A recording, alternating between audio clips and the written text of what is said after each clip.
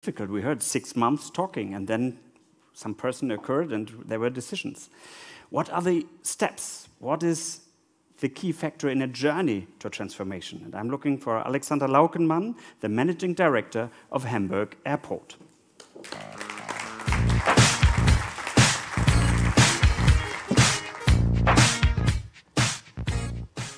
With that music, it feels like a bit of a rock star going to the arena.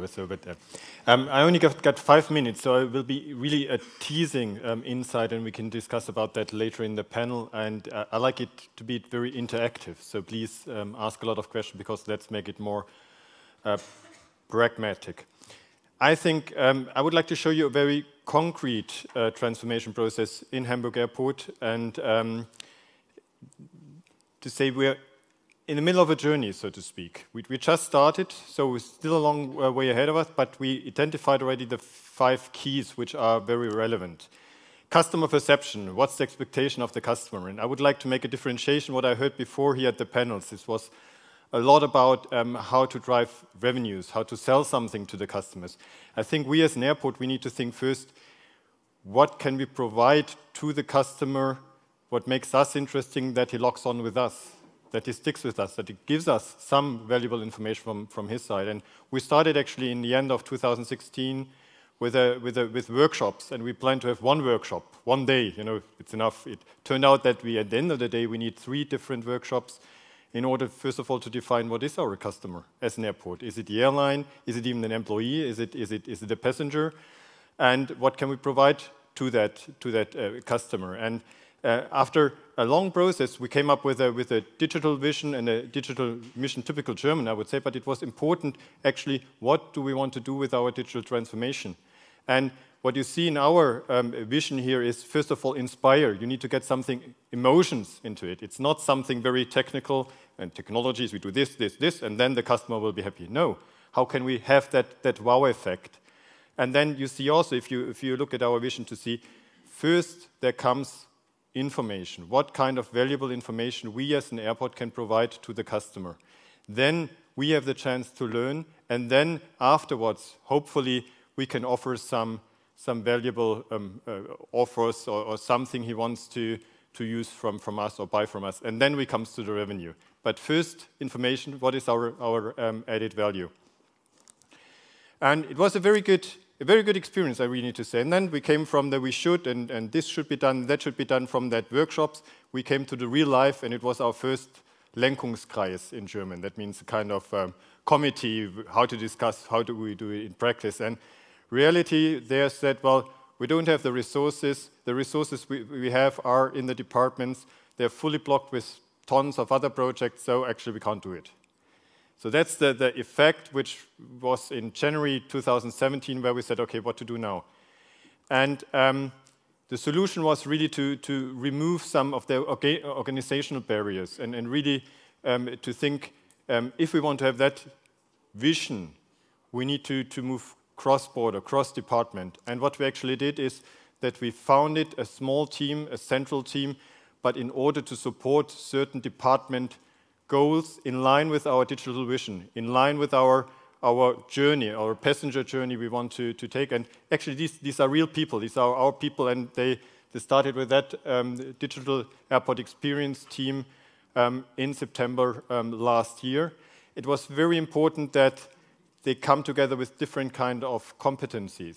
But it is also very important, these were guys or persons, women, men, who worked in the company for some time. They know the culture. You cannot get new people on board and then they know exactly your culture. This will not work. What happens as well is that if you take these persons out of the departments, they leave a big gap.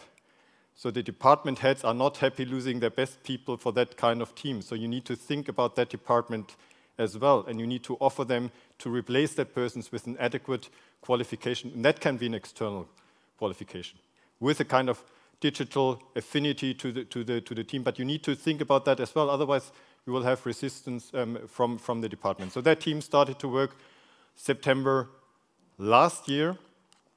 And then the third thing was it's digital. We talked about yesterday, is it all about technologies or something? To be very honest, technology is the result of it somehow. There's tons of systems in the market which you can use, but in fact you have to talk to the people, you have to talk to the organization. Work councils in Germany, very, very important. If you forget them, they will very quickly interfere, stop project and say, well, this is all about personnel reduction and I don't want it and I don't approve it and that's it. So you have to think about that. And there's the statistics, most of that you most probably use, but it's a lot about, say, do your people know enough? Does the work council knows enough about digital transformation, how to get them on board? Is the culture ready for that kind of developments? So you need to think about that quite a lot, and we put a lot of information efforts into that topic, and we're still on the way only. So there's still a lot of people say, oh, that's something I don't understand, I most probably don't like, and it might harm my position.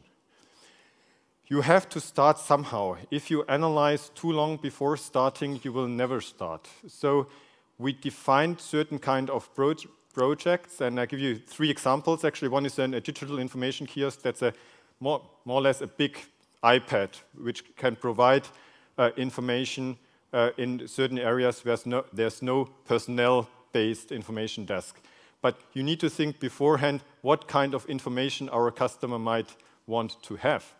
And that's really the topic. And also for the second project is the passenger flow. That passenger flow recognition is there in the market. But what you need to do is, what do we want to do with that kind of system before you start implementing that system? And for example, for the information kiosk, they started work on that in September last year. Within 4 months, they've designed certain use cases our passengers would like to know, and we're now in the middle of programming and implementing it. And then reality strikes, because the reality is that these kind of devices are technical devices. They need to have a fire protection system. There needs to be authority, there needs to be checked. So you might be very quickly when it comes to digital, but the implementation is still reality, and you have to take that into account as well. At the moment, the team is working on the passenger flow, and they're working really on the use cases, say, what do we want to do with that system before we actually select the system we want to use. Last point, which we found very important, you cannot do digital projects in the usual way. So you have to implement an agile system to do it quickly. For a lot of people, agile is something very, it's creative, yes, but it's something blurry and unstructured, whatever. If people get to use and know what agile means, it's a very, very structured approach. It gives a lot of autonomy to the teams itself, but they really have to think about what do the customer want. What would be use story? What would be parts of that use story? Is it a complex part, a task? Is it a less complex part? How many points I give to that? And then really work by a day-to-day burn-down chart. I'm not sure if some of you might have seen it, but really that's a very structured thing. So it's a very efficient thing to work on projects, and that makes it really an advantage and a very good experience we have here in Hamburg Airport. So that's really in a nutshell. I'm sure I took longer than 5 minutes, but just to give you a few, and I'm very interested in your questions later on. Thanks a lot.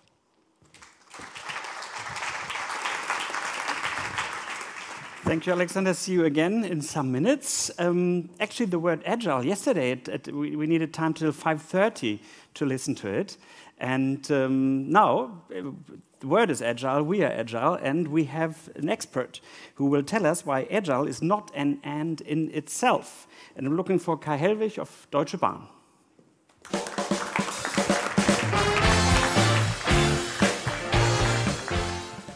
Hello, thank you very much.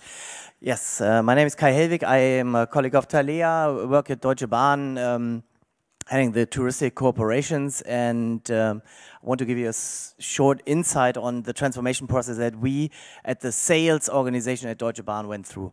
The DB Vertrieb, the sales organization, is an own company at Deutsche Bahn, and you know, transformation and becoming agile has become, it's a buzzword, it's very in, it's hip, everybody has a lab and has to be very, very agile, and digitalization is on everybody's roadmap.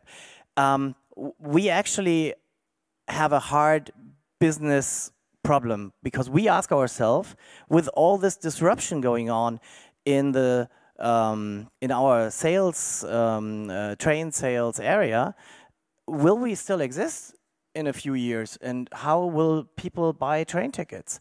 So we have a lot of competition already today in the regional train business, but overall we ask ourselves, what will the future be for our company? So we have a hard business requirement to change. And this is why I called it, it's not an end to itself.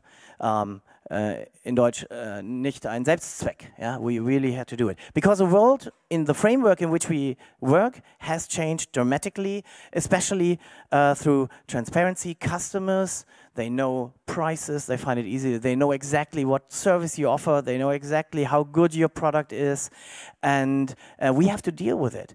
And if we are not fulfilling the customer's needs, somebody else will do. So we have to rethink what we do every day, every time, and we have to change the way we do things. And it was very clear to us that we cannot work like we did before. So we said, okay, we have to transform, we have to become agile, but what does it mean and how do we do it? And so we have this initiative. It has a great name. It's called KAI. Not with a Y, but with a K, and in English it would be a C. So we want to be customer-centric, we want to be agile, and we want to be innovative. What does it mean? In a few words, customer-centric, not only customer-focused, because customer-focused will ask, is this product good for the customer? Does it give it added value? But customer-centric, we understand to ask, what is the problem of the customer? What does he really need, and how can I solve it?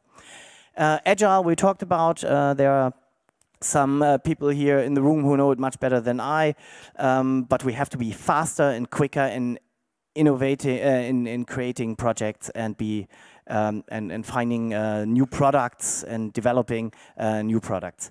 And innovative means for us that we want to develop ourselves. We want to be a driver of innovation to give the best products to our customers. And I brought a few things with me, 5 buzzwords or 5 beliefs, as we call it, that are for me the essential for success of transformation in a company, especially in large companies. What we've done is we started from the board, and the board sat together and said, okay, we have to change our beliefs, how we look at doing our business. And one of the first beliefs is we have to put customer enthusiasm before profit optimization. What we do at the Deutsche Bahn in the past is you have an idea, okay, look at the numbers, do an AOI, does it work? Perfect, we do it. If not, we don't do it. No, we believe that, and it was said before, if we in the long term don't make the customer happy and make a product that is good for the customer, we will in the end not earn money in the long term. So customer enthusiasm before optimization, not instead. So of course you have to look at the cost as well, but it's a change in belief and the change we can approach business. Iteration before perfection. In the past, project means you make a nice presentation, 20 slides, you go to the board, it's all thought through, you talk half a year, and in the end you have a big project which takes ages. No, iteration before perfection. We start small, we work with pilots, we test, we change, and we can go to a board meeting not being ready and knowing everything, just saying this is our idea, can we do a little sparring and let's see how we can progress. Participation before hierarchy and silos. Our hierarchies do not work anymore. We are not fast enough. We have to make decisions where the experts are, and we have to give empowerment to the people. Alexander, you basically said the same thing.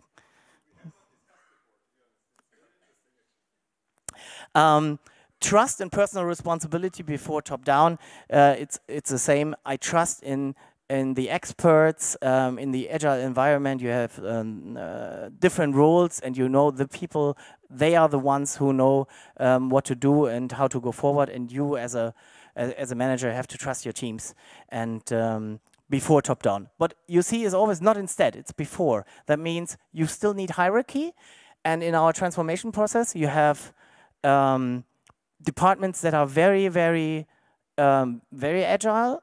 And I can give you an example later on where we have no hierarchies at all, almost. And you have others where you still need hierarchy, because hierarchy also in the transformation has its role and is important at some point. And demonstrating and participation rather than just carrying on. This is towards our management, towards the leader, the department heads, because we are the role model. So we have to live this change on the one hand, and on the other hand, we are part of it. So we are like in the middle of the sandwich, and that's a very difficult situation, but it's very, very important, very demanding, and this is basically the for all the management team saying not do your business as a business department head like you've done before. You are part of it. You have a role to play, not to play. You are a role model, but you are also involved in it yourself. So that's just a small pitch for our discussion. Thank you very much.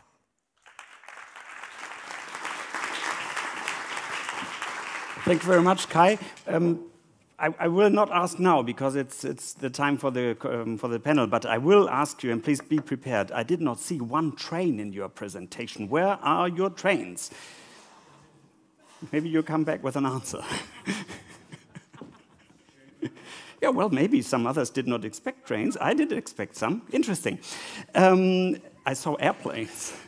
But there has to be a start to change your work, I think, because especially me, I'm not part of Facebook. And we will hear now about Workplace by Facebook. And I'm welcoming Christian Kamhaug. I'm not a doctor, but I think I know what you need. So baby, don't be shocked. The satisfaction's guaranteed. I want to love you. I have one thing in each hand. I'm a man, so this is going to be difficult. Thank you. It's fun to be here in the room with a lot of airline people. I used to work in the airline business, or in the non-profit sector, as I used to call it, for 13 years at SAS, Widerøe, and also Norwegian. Now I work in the other part, in another business. Back in the airline business, we were happy to have a 3-4% profit margin. I now work in debt collection, which has a 40% profit margin on a bad year. So whenever I miss the airline industry, I look at my paycheck and my stock price, and then it kind of passes. But thank you for inviting me. I am going to. Been talked a lot about change and transition in terms of the external part, but I'm going to talk about the internal part. How we at Intrum is changing the culture internally to become, the best and the foremost player in our industry. Intrum has about 120 years history as debt collectors in Scandinavia and all over Europe. And last 10 years, we've done a lot of acquisitions and carve-outs to become the largest player. Now, more than 8,000 people in 24 countries in Europe. And all these acquisitions and all these takeovers gave us this problem that we didn't have a one-company culture. We had, on a good day, 24 companies culture, which is hard when we need to change and adapt to a new world. So we looked at our communications channels, and we found one of our problems right there. We didn't have one intranet. We had 24 intranets, so nobody really knew what was going on. And we were looking at, and it was old. It was 2008 vintage SharePoint stuff. And being a communications person, I have never met another communications person who loves the intranet. Do you love your intranet? No, nobody loves their intranet. Nobody hardly ever watches it. So we thought, well, what kind of tools are there out there that we can use that are better, that can drive this transformation that we need to drive? And what we found was this thing that Facebook had developed. Because, who here is not using Facebook? Okay. But what about 2.5 billion people on this planet are using Facebook? That would be the biggest country in the world, if it was a country. But we see a lot of our people do, and it's easy to use. People, it's intuitive. People know how to work it, and Facebook But Facebook is for the external world. And what Facebook found out, the developers found out, was that they needed something internally, something that they could put within the boundaries of the company firewalls. So they built this thing they called Facebook at Work for themselves, and they started marketing this to some companies. Today, it's actually a marketing tool. It's a communications tool. They call it a new generation internal social media platform, which looks like Facebook and it smells like Facebook, but it's not. It's different. It's totally separate. They don't share information. You don't need the four of you. You don't need to be on Facebook to be on Workplace because it's a totally different system. But it's really super easy to use, and it's now used by about 30,000 companies around the world, including few airlines that I know. Virgin Atlantic, for instance, Iceland Air uses it. I think my old friends at Norwegian are using it as well. And one of the big changes is that we own the data. When you're on Facebook, Facebook owns all your data. Facebook owns you, basically. But on Workplace, we, the company, owns all the data. And this is what it looks like. I mean, it looks like Facebook. You can use it on your computer, and you can use it on your phone. Which I'll come back to. Again, super easy to use, the same dynamics as Facebook, more or less. And what we wanted, when we went to Facebook and asked them, can you please give us this super tool, what we wanted it to do for us was a couple of things. We wanted to really create that one company culture, to have everybody on the same page, to decrease distance. Both in terms of geography, because we are spread all over Europe, but also in terms of hierarchy. Intrum has a long Nordic tradition, and in the Nordics, we're used to not having strong hierarchy. We're kind of a flat organization. I can go up to my CEO and talk to him at lunch, which is difficult in certain countries, like in Eastern Europe and Southern Europe, for instance. And we want to convey that Nordic heritage to our company. We wanted to streamline communications, especially the internal communications. Again, like I said, we had 24 different intranets. Now we had one that covered everybody. And it's much easier for us in communications to convey messages to everybody at the same time. And we wanted to increase openness and transparency, which we need to do that in a modern company. And we want to increase cross-border collaboration and idea sharing, which we really need to do because we have 8,000 people and hundreds of people are working in IT and development that weren't really talking to each other because they were in silos. And that thumbs up part is because it did all that. 1 year later, after we introduced this to all our employees, it really does all that, and we can do a lot of things now that we couldn't do before. Simple things like, you can go on to Workplace and see who are these people whose faces I see all the time. I don't know what they're doing, but now you can find out. We saw that we can now. It's easier to reach out to colleagues all over Europe to find out what they're working on, if they can help me. When I went to Riga last week and met 60 of our IT managers, they all knew who I was because I've been on Workplace all the time. And managers say that they now get immediate feedback from employees, good and bad, on what they're doing. And we can do stuff like live streaming important events. So when we announced our new CEO last year, we invited him to do a town hall meeting in Oslo at our second head office. And we live streamed that to all our 8,000 employees at the same time. And not only could he then talk to them directly all at the same time, although people could be watching on their phones, on their computers, or even in auditoriums like this. And we also did something that was really fun. That was it was an interactive speech as well. So when he finished his presentation, he would take questions from the audience, not only in the room, but in Spain and in Portugal and in Madrid and wherever they were, and he could answer right there on stage on video. And it was super easy and super cheap because I just set up my iPhone with a microphone, and that was it. Didn't need a whole camera crew. Sorry, guys. I'll just skip these because I'm running low on time, and I used to work for Europe's most punctual airline, so I keep it on time. But we'll do that later too as well. But I'll jump to the fun part: the critical success factors. How do we really achieve success if you want to really go into this entire workplace at your workplace?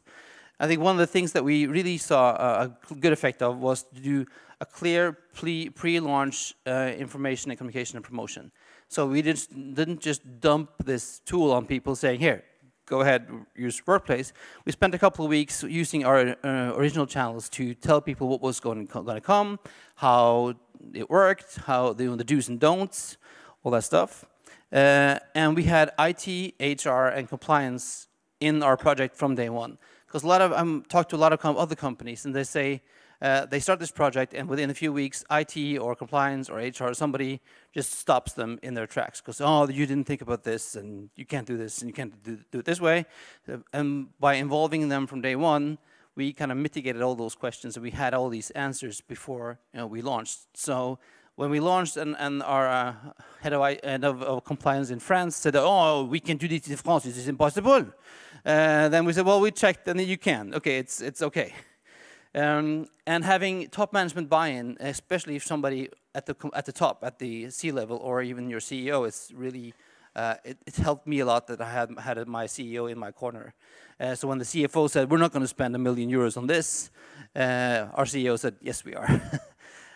Using local ambassadors was also a really good thing that we did, because we had people in all countries that were responsible for bringing their country on board and doing the trainings and the promotion. And mobile adoption is really, mobile is where this tool really gives it the best effect. And in my industry, most people are sitting in their offices. But in your industry, in the airlines and the airports, most people are actually out there doing production, and they can't sit at a computer, and they need to have this on their phone. We also see that at Intrum right now, only people who have a company phone have Workplace on their phone for security and compliance reasons. But those users who are using it on their phone are 5 to 7 times more active than the ones who are just on their computers. So mobile adoption is really super. Another thing that we learned, and we also learned this from other companies that did it the other way around, was that you should not have double communications systems. So the day after we launched Workplace, we shut off all news on our intranet. The intranet is still there because you need to have a depository for documents and so forth, but no more news on the intranet. If you want to get the news, you go to Workplace. If you want to know, the most popular page on the Norwegian intranet was the lunch menu. And that we moved to Workplace because you wanted to know what's for lunch, you go to Workplace. And then always, as it is with any social channel, have a great content. We in communication can't just go, lean back and let everybody else provide content. We also need to provide good content. And now in 30 seconds overtime, so I think we'll take the rest during the panel. Thank you.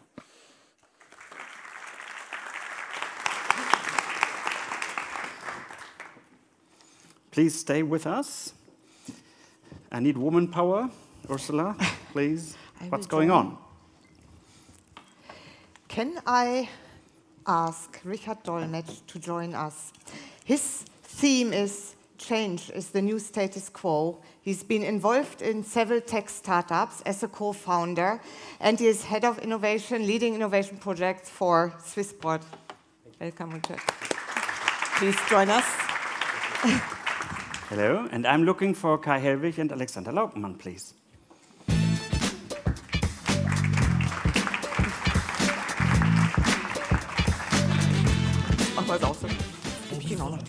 Ursula, may I just ask Kai my question, which I started before we continued? Where are the trains?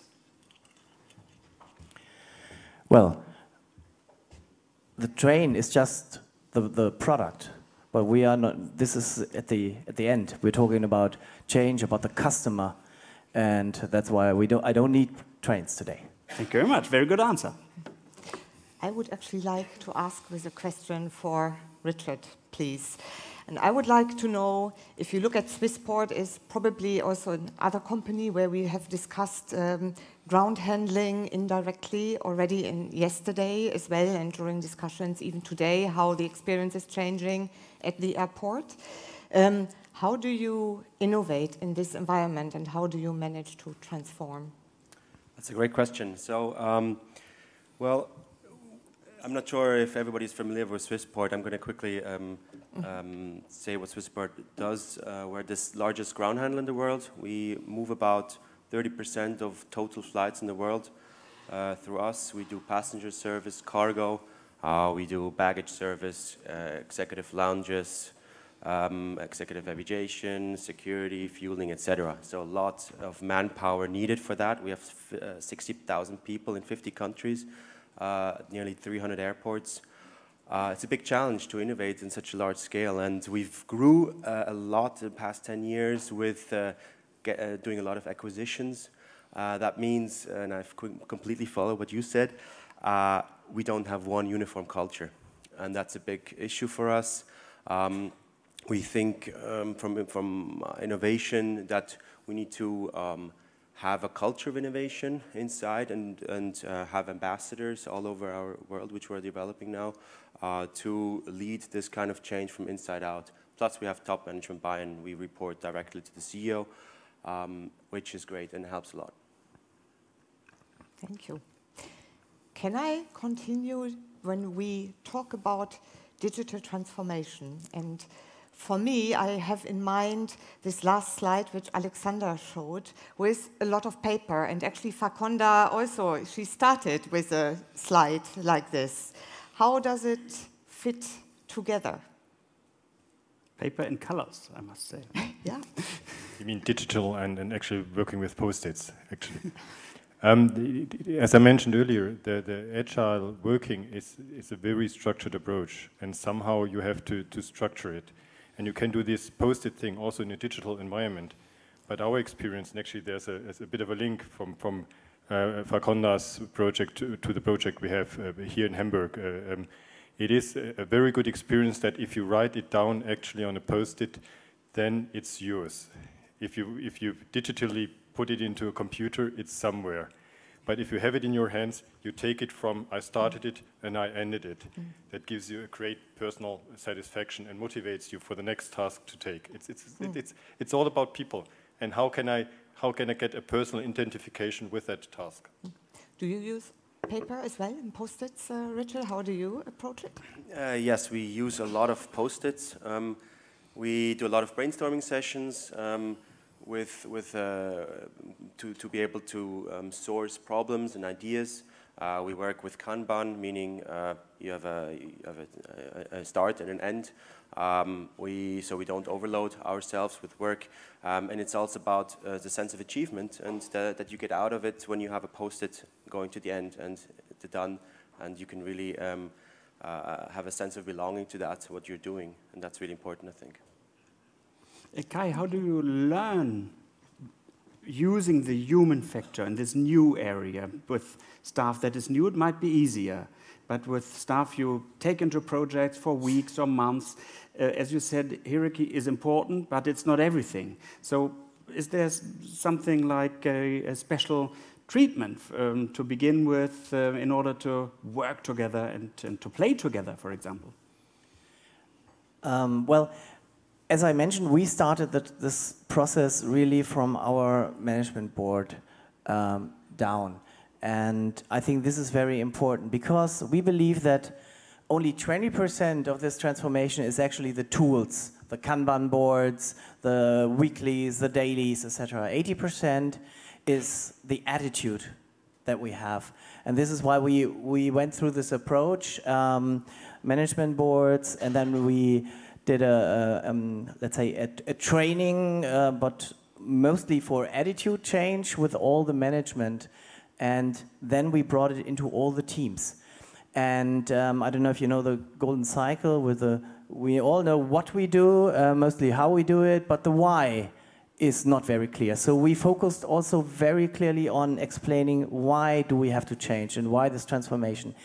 And through this, and I'm actually here a very untypical person in this panel because I'm, if you ask a Deutsche Bahn, representing more the traditional because I have no own IT and we work with old established systems and but digitalization is for everybody. And my team started also with Post-its, writing customer journeys, because we started with talking about our attitude and understanding why we have to change. And this is how you get the people on board. And it was also in one of the presentations, you have to have projects as best practices that you, I think you showed it, Alexander, that you display. And there were very small projects where employees sat together, cross-functional, and said, let's develop something, we have an idea. Got a little budget, and then they started, and it was displayed. And other colleagues, wow, that's pretty cool. Okay, let's try this, let's try that. And this is how we went through this process, I think, quite successfully. Thank you. Christian, I've got a question. I would like to launch another question with you. How long does it take? You used Workplace by Facebook to support this internal culture change. How long did it take to implement it, and how much is it really already being adopted? How much longer do you expect it to take? Well, the change or the system? From the beginning of the idea to be able to start using it, and then seeing that it's really adopted. It took us about 6 months of evaluation and getting management on board, and then it took IT and the guys from Facebook 3 days to implement. So it's really fast. And then we had an adoption of about 60% within a week. And now we're looking at 80, but almost everybody. I mean, unless you're sick or if you're actually, we figured out that a lot of our inactive users weren't actually users at all. They were computers. They were bots, and they're not there yet. But it's now being adopted across the company. And we do see that a lot of changes are happening. Like you mentioned, showing good projects. One that we saw immediately was that we do still have somebody that does field collection, you know, where they knock on people's door and you need to pay us our money. It's Moscow in Casso. Yeah. And we do that mainly in Eastern Europe and Southern Europe. And we had a team in Poland working on a mobile app for the field collectors. And they presented this on Workplace, and within, I think, half an hour, somebody in Spain said, well, we're working on the same thing, let's get together. And these two teams in different parts of Europe hadn't seen what they were working on, and then quite fast were able to connect and make an even better product for both markets. So we do see that it's really a lot of things are changing. We did a bit of the survey which showed that 80% of our employees said that they are now feeling more informed and know a lot more what's going on in the company, not only in their only department and country, but in the group. And we also hear that people are talking a lot more about company news at lunch, for instance, now. So and one of the things that we wanted to do also was to increase the feeling of working in a good place. Debt collection, it's not the world's sexiest industry, and it's in some places it has a kind of a bad rep.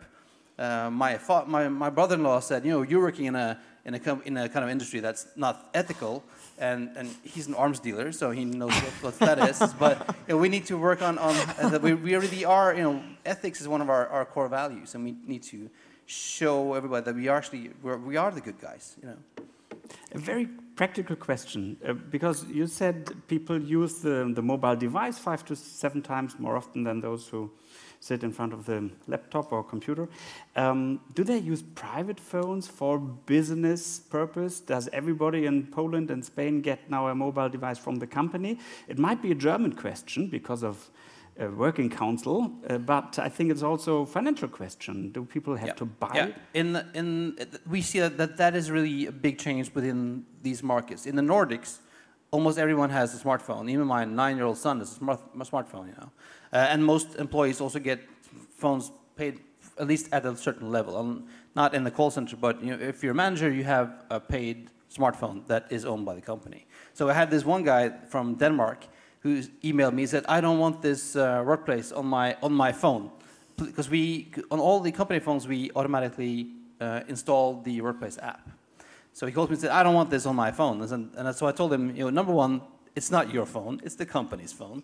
And number two, if you want to know what's going on in the company, this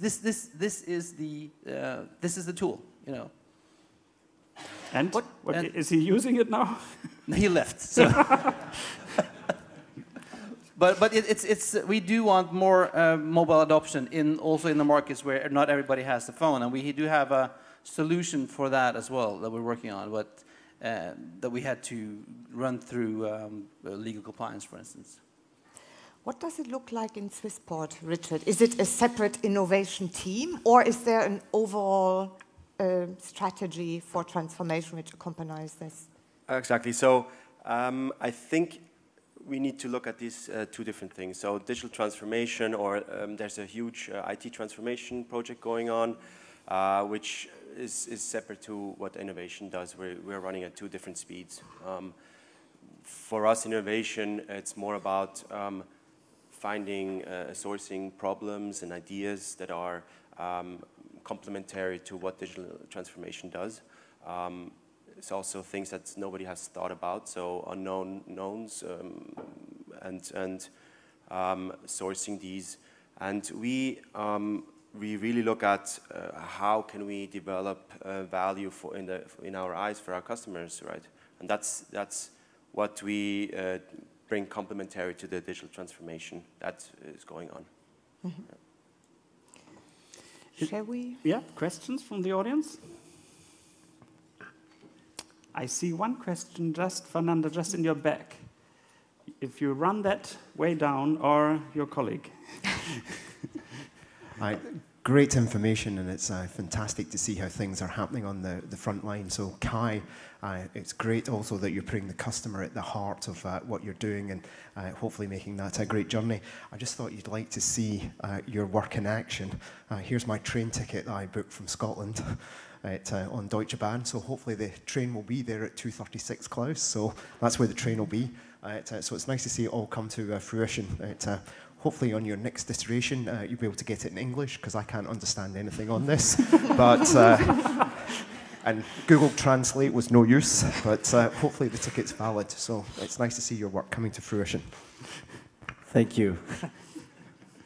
And you can check the DB Navigator, which was presented yesterday, to check whether, as usual, your train would be on time later on. But Kai, now I have to ask, is the DB Navigator English or only German? Both. Yeah. So you now have your solution for this trip, actually. I think my question is now to Michael. Why did you print this and not book this with digitally on your mobile when you come to a digital transformation conference? Actually, there's an interesting part for that. When I was Googling around to try and get the trip, several things came up, and they were all in German, so that wasn't going to happen. And then I found a bit in English, but it wasn't on Deutsche Bahn's website. And the website that I bought this from was cheaper than Deutsche Bahn's own website. I'm Scottish, please. You talked in your presentation about trust and those other things. So I was a little bit worried about, was I being scammed? And having something in my hand makes me feel a little bit better than having it on my phone. So that was the reason why I printed it. Thanks. Perhaps from Hamburg Airport, because we have a similar experience when it comes to how to integrate this digital journey into the company. And this was also one of the important learnings. Even though we have a separate team, the Digital Airport Experience team, it was for us very important that this team is working on projects suggested by the departments. So they are suggesting they have a digital project like the passenger flow recognition system. They have that on the agenda for years, never had the right resources, never had the qualities of the people. So what happens now is that with that separate team, well educated, they get this as a turbo in order to implement their project quicker than expected before. So these are not channel management topics, you do the team, you do that, but it needs to be topics from the departments. And for the future, we're planning to have a workshop where there should be actually pitches of the departments where say, I've got an interesting project I would like to push as a department, and I don't have the right resources, and I would like to have that team supporting this project in an agile way. And that's the way how you get it into the company. Otherwise, it's very theoretic, abstract, and you don't get it to the base. So how do they do it at the moment? The pitches will be in the future. How do they submit at the moment? They just hand it to the team? The three projects which we have shown here were within the strategy workshops. It was a voting. We started with over 100 ideas of projects, and then all the people on that workshop, it was department heads, but it was our innovative people, had stickers to say which of that topics are the most favorable ones. And based on that, the three projects came out. At the end, this was a mistake, because this was then a kind of general voting. Everybody had one vote. But what we missed out was who's taking the process ownership in that thing. Which department takes that project and says, this is my project, and I'm pushing that. Because it was everybody had one vote, that means at the end, everybody voted, but nobody had the responsibility. So one of the learning was, in the next digital workshop we're doing, the department head should promote, pitch for a project, and then there's a voting afterwards. But then you've got the product owner. So these are the little things, but these are very essential when it comes to implementing a project at the end in the system. When you mentioned the voting format and rights, I was actually thinking about the picture with the gorillas, which Kai showed earlier on. Is transformation automatically linked to less hierarchical structures? Would you say this? Yes and no. You have to change the way you lead teams. Does it necessarily mean you have to cut hierarchies all of a sudden out of the company? No, but you have to change the way you make decisions. What I said is giving power to the people, trust that they make right decisions. You have cross-functional teams, and you have to give them the empowerment. And so, yeah, there is a change on how hierarchies work. And of course, there are some areas where you really have to change the organizational structure in order to really become agile, to really work with the new projects and be much faster. So it depends. And I mean, Facebook has this saying that it's move fast and break things. And when we're looking at innovation and transformation in our industry, that really needs a lot of transformation and innovation, we decided we need to move, do that. You move fast, do pilots, do smaller projects, not change everything at the same time, and give them, and decide after a while, saying, is this something that's worthwhile? Yeah, if yes, then go on with it. If not, scrap it. We need to be allowed to fail as well, That brings me to what you said as well. I mean, now one of our mottos is fail fast, and if you do, learn from it. And I think this is a very different mindset that you first need to embrace, and you need to embrace this change. And I think for a lot of people, it's not so easy. That's why, from our experience, you need ambassadors. You need, we call them innovation champions, which we give them more tools so they can lead on the ground and locally and really get this message across that you won't get fired if this experimentation goes fail.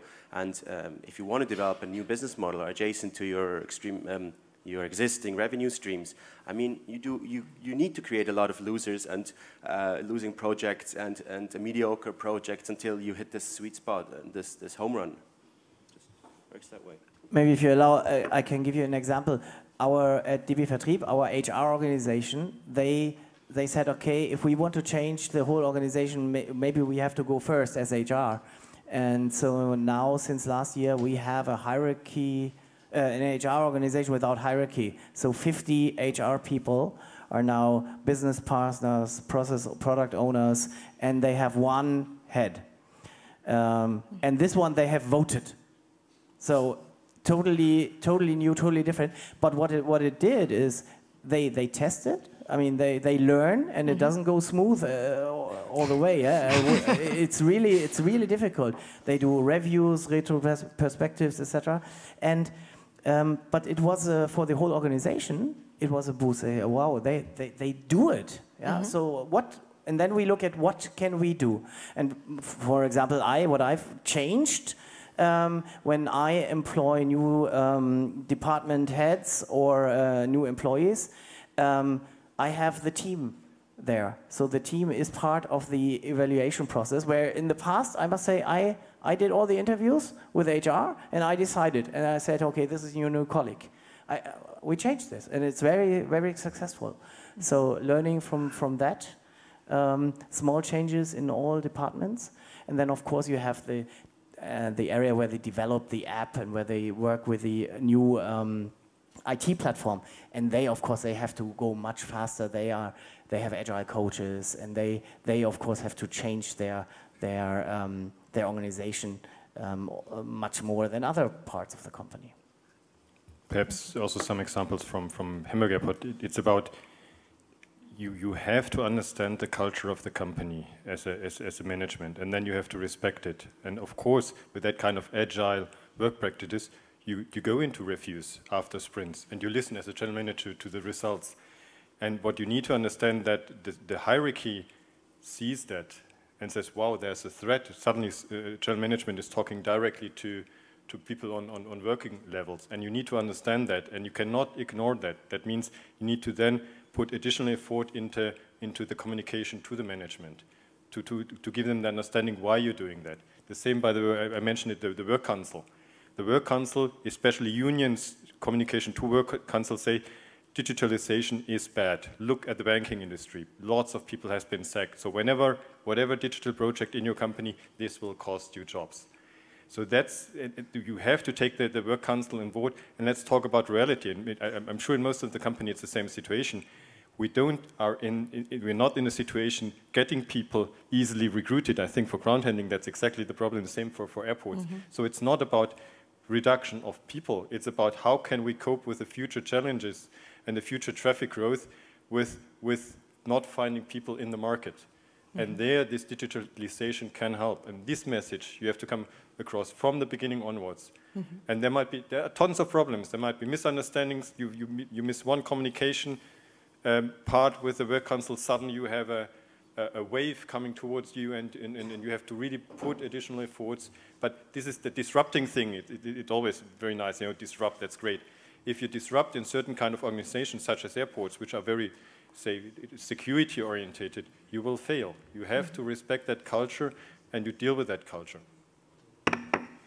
Thank you. Christian, maybe from your view, as you left the airline industry, it seems, and you're now making money with making money, actually.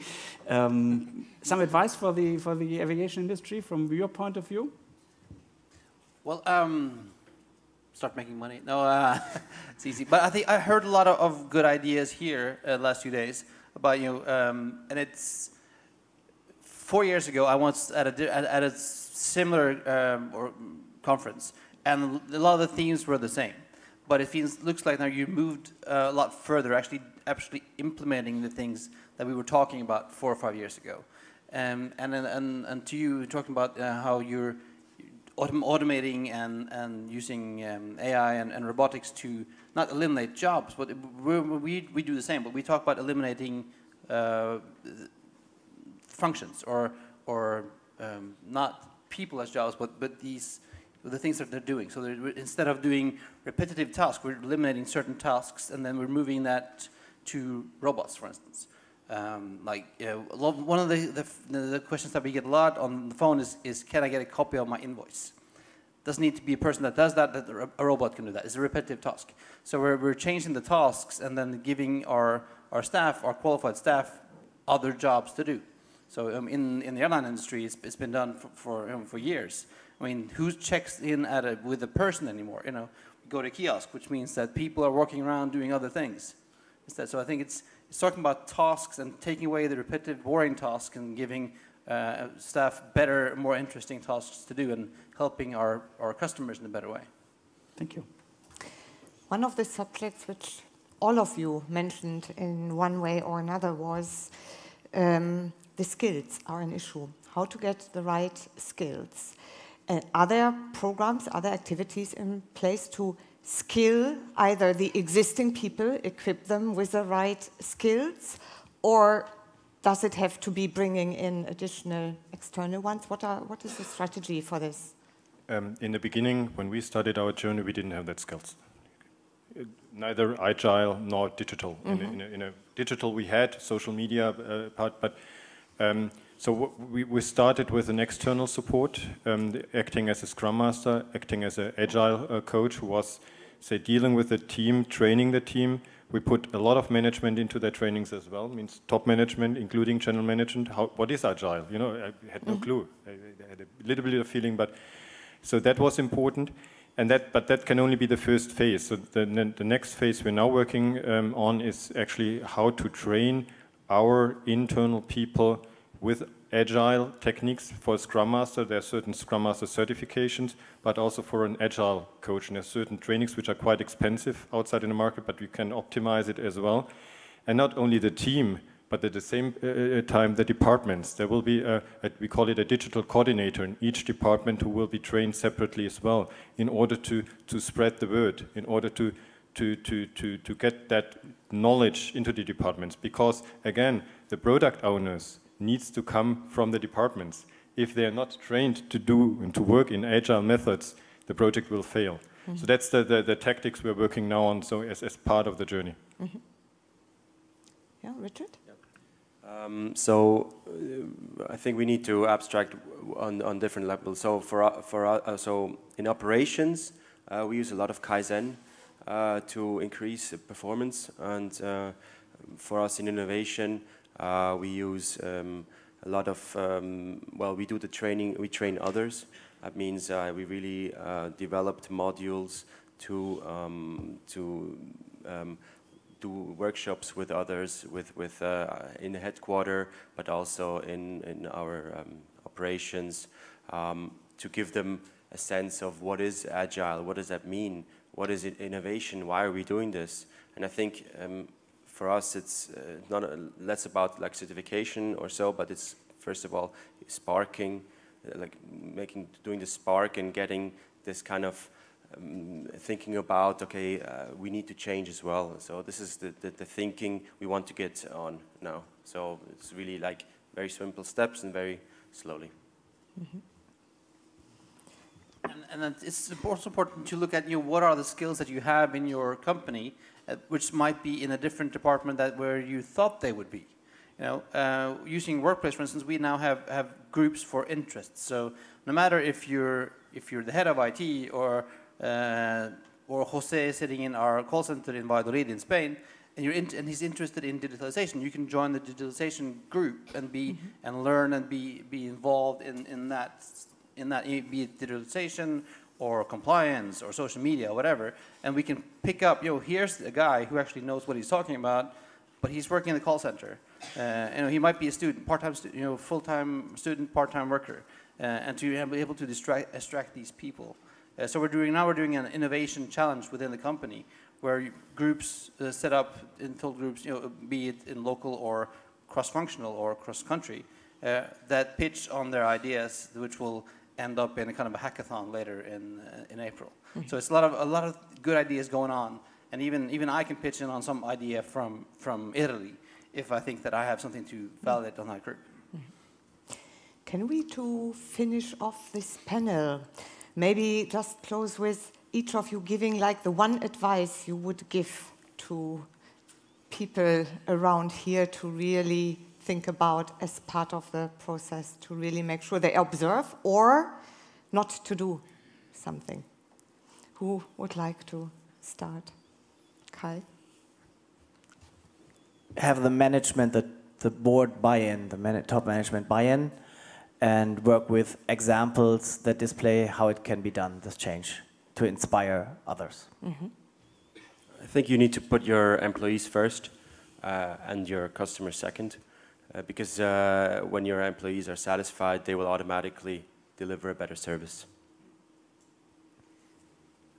I would say there's never enough communication. If you think you have communicated enough, talk to the critical persons in your company and start again communication. As a guy who works in communications, I'm really happy about that. I think you should be wary of buzzwords. We've heard a lot of them lately, and there's a lot of I've been working with digitalization and digital commerce and e-commerce since 2001. And there's been, I don't know if in your markets, but in the Nordics, there's been this rush for digitalization and change things and go online in 2017. And I think that's kind of cute, because I did those things back in 2001. So it's beware of the buzzwords and try to get somebody on the inside that really knows how these processes actually have impact on your business, and not listen to what everybody else is saying. I don't think blockchain is the solution for everything. Thank you very much. Thank you. Thank you. Thank you. Danke.